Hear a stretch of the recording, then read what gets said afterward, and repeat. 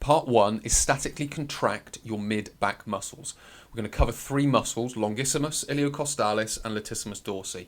Now, latissimus dorsi technically isn't a mid-back muscle because it kind of covers the whole of the back, but the same principle applies of how to use these muscles.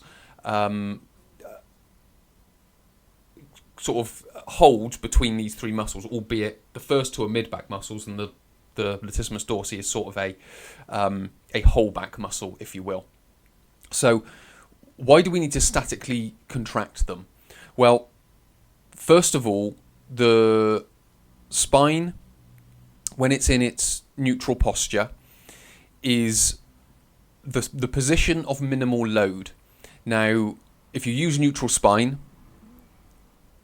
a lot of people disagree that it's even a thing, but there is a position of minimal load, and it's that neutral spine position. Now, there is a range to it, and that range is known as an elastic equilibrium, which basically means the passive tissues that are around the spine have least strain going through them, and that's optimized all the way around. So if you think about it this way, if you flex the spine forward, you have sort of a stress through the back of the spine and a slackness through the front. If you tilt to the right, then that strain goes that on the left, and then you get slack on the right.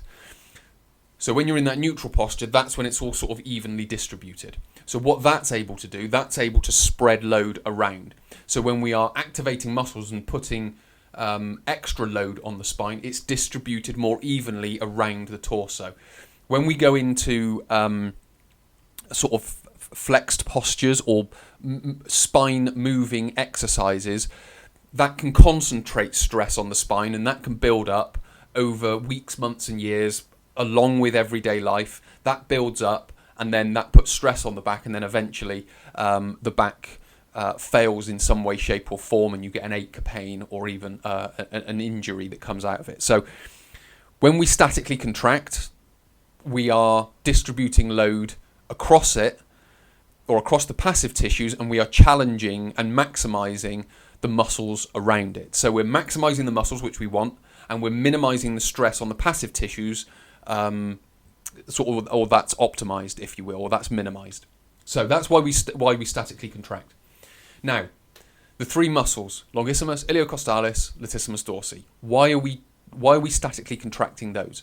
Well, if you think about their anatomy, basically the muscular part of the muscle, 90% of it is covering the rib cage. So the rib cage is the anchor for those muscles. It then comes off the bottom of the rib cage, and it basically becomes its tendon once the rib cage finishes. What that does is that basically holds and stabilizes the lower back. The only muscles that really are in the lower back area is multifidus, that goes up through the lumbar vertebra, and the sort of the posture detecting muscles that go between the transverse processes and the spinous processes. But they are more posture recognition muscles. They aren't really movement muscles. So longissimus, iliocostalis, latissimus dorsi, they basically anchor on the rib cage and on the shoulder, and then stabilize the lower back. So they join into the thoracolumbar fascia, which also attaches into the 5 lumbar vertebra, and they stabilize.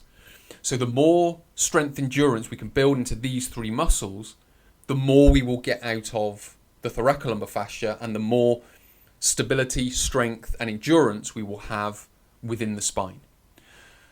The exercise that's probably the most effective for that is the bird dog.